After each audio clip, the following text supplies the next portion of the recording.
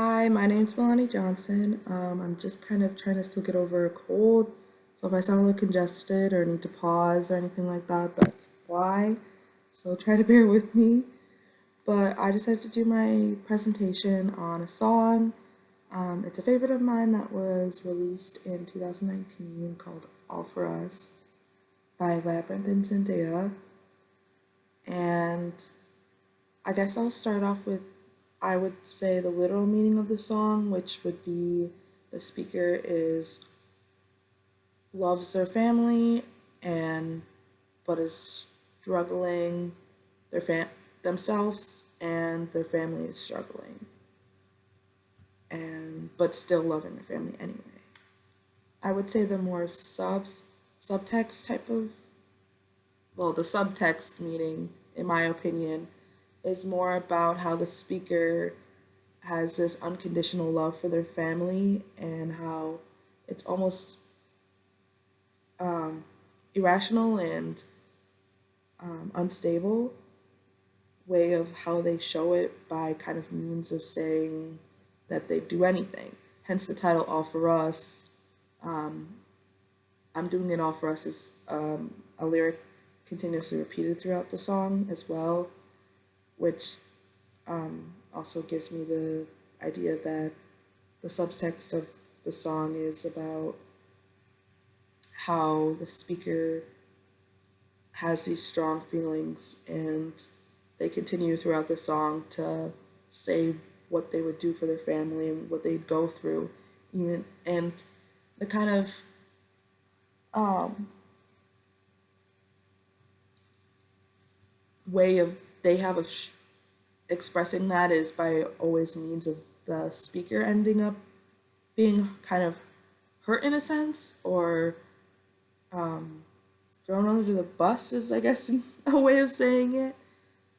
Um, but they specify this by saying it's all for love and the love they have for their family.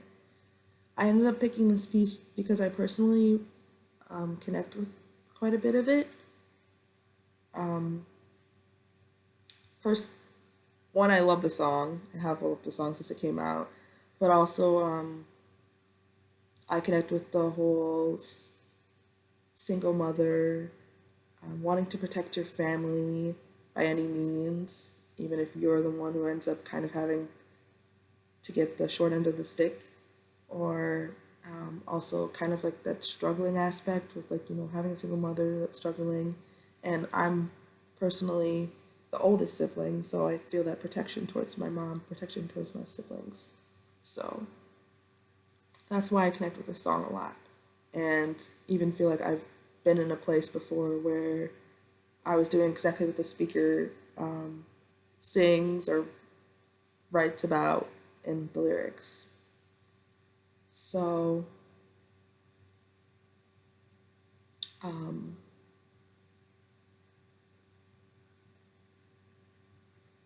sorry, I'm trying to figure out what I want to also speak upon.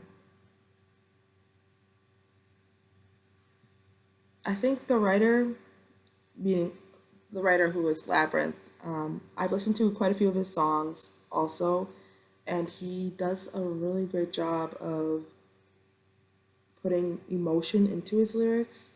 He uses a lot of similes and metaphors throughout his songs and kind of to express different emotions that are sometimes hard to describe or like different.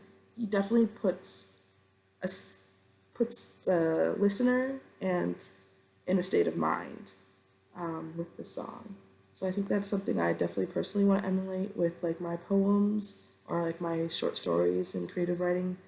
Any of my writing really is continuing to be able to use similes and metaphors to express emotion and really connect with the audience and using special wording and things like that.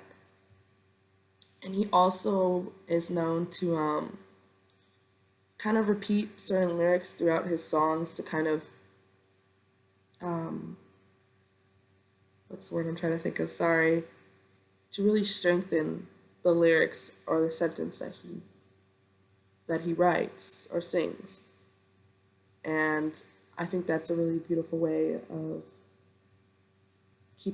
making your piece or your writing very strong if done well and with strong word choice and a strong use of repeating that phrase or word or stuff like that can really help in piece. Um, the song particularly stands out to me. The words, just how the words end up. Um, so I guess before I start on kind of what I find good and what I find kind of a little bit weaker with the piece, I'll start with saying the lyrics. I'm not going to sing them, but these are the lyrics. So it's I'm taking it all for us, taking it all for us. Oh, I'm taking it, sorry, I'm doing it all for love. I'm doing it all, I'm doing it all for love. Taking it all for us, all, doing it all for love. A. And then this is when the first chorus begins, which is no food in the kitchen, famine, famine, money MIA, pockets hella empty, mama making ends meet, working like a slave, Mississippi A. Daddy ain't at home, no, father, better be a man, Michael Connolly. Do it for my homegrown sisters, brothers, do it for the fam. Yeah, so tell him, Abby. And it goes, A, just for your love, yeah. Give you the world, Mona Lisa smile. A, hell, I'll do 25 to life. If it makes me a king, a star in your eyes. Guilty or innocent, my love is infinite. I'm giving it. No need for prisoners. Bitch, please, hands up. This is a stick up because I'm taking it. I'm taking it all for us. And doing it all for us. Doing it all for love. A. And then it says, guess you figured my 2 times 2 always equates to 1. Dreamers are selfish when it all comes down to it. I hope one of you come back to remind me of who I was when I go disappearing into that good night, good night, good night. And then it reads, I'm taking it all for us, doing it all for love. And yeah. So those are the lyrics. Ones that particularly stand out to me would definitely be when they use the, well, for one, when they use, when they use, not use, but when they wrote, or when Labyrinth wrote, Mona Lisa, give you the world, Mona Lisa's smile. I think that also really shows good usage of referring back, which is they use an illusion to really kind of depth, deafen, depth, make more in depthly say that they're putting on this front for their family or for the world, like the Mona Lisa painting, which the woman is obviously not smiling in the Mona Lisa. And that whole kind of story with that painting and how she was supposed to be smiling but isn't. And saying, give you the world, Mona Lisa smile is kind of contradicting to that. She's smiling for her family and everyone, or I say she because it also is from a show where a female character. But I think it can go for anyone. The speaker is saying that they're smiling, but in reality they're not, like the Mona Lisa. Another way I think that the writer did really well is saying, "Hello, do 25 to life." I think that's a beautiful line and almost kind of sneaks up on you and it just goes on to the next thing. But basically saying that the speaker would do prison time for their family, which, or be locked away forever if it meant helping or saving or protecting their family, which I think is strong and a lot of us can connect to wanting to do anything for our family members. So, thought that was a beautiful line. And it just kind of continues from there with the "if it makes me a king," which also makes me a king, a star in your eyes. So the speaker definitely wants to be seen as like a hero and seen as the protector and wants people to, not people, their family to look up to them, even if they don't feel themselves that they're worthy of that. And they go on, "Guilty or innocent, my love is infinite, I'm giving it." So whatever their family does, which also I find almost it's that irrational, also toxic type of style, but also something we can all connect to is that guilty or innocent, if our family, parents, siblings do something wrong, we still love them. It's that unconditional kind of. I found a really strong way of, without saying conditional love and without saying that they love them no matter what. It's kind of those a little bit cliche lines. They use other words and phrases and things that we could connect to real life or like actions to express that. So I thought Labyrinth did a really great job in his writing for that, which I hope to emulate in mine as well.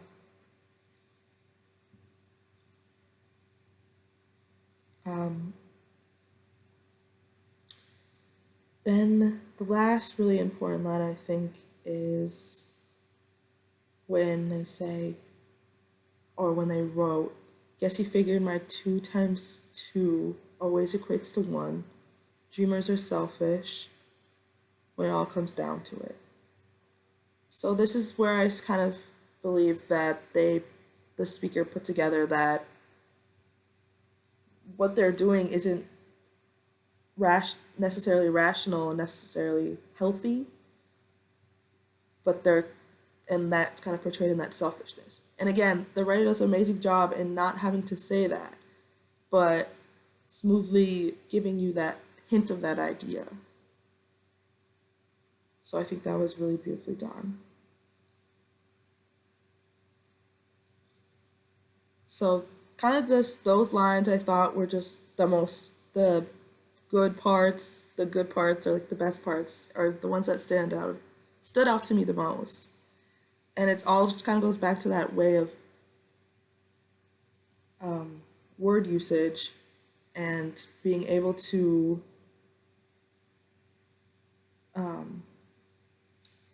write things that don't necessarily say exactly what they mean, but you're able to kind of feel that emotion and feel that what the speaker's, I guess, going through. It also is almost a storytelling the way they continue to go through this and like the realization at the end kind of how what they're doing is doing to them and the people around them even. And when they say, "I hope one day one of you come back to remind me of who I was when I go disappearing," kind of like they want a family member or someone to bring them back to who they are, who they truly are, without having this like mask that or like fakeness they have to put on for their family. So I think a lot of people can connect with this, and it's very interpretive song and very interpretive lyrics. to me, it's like a poem, personally. Um, but yeah, besides the lyrics, um, well, not besides the lyrics, but the piece, um, sorry, sorry, give me 1 second. But so what I was trying to say, sorry, was that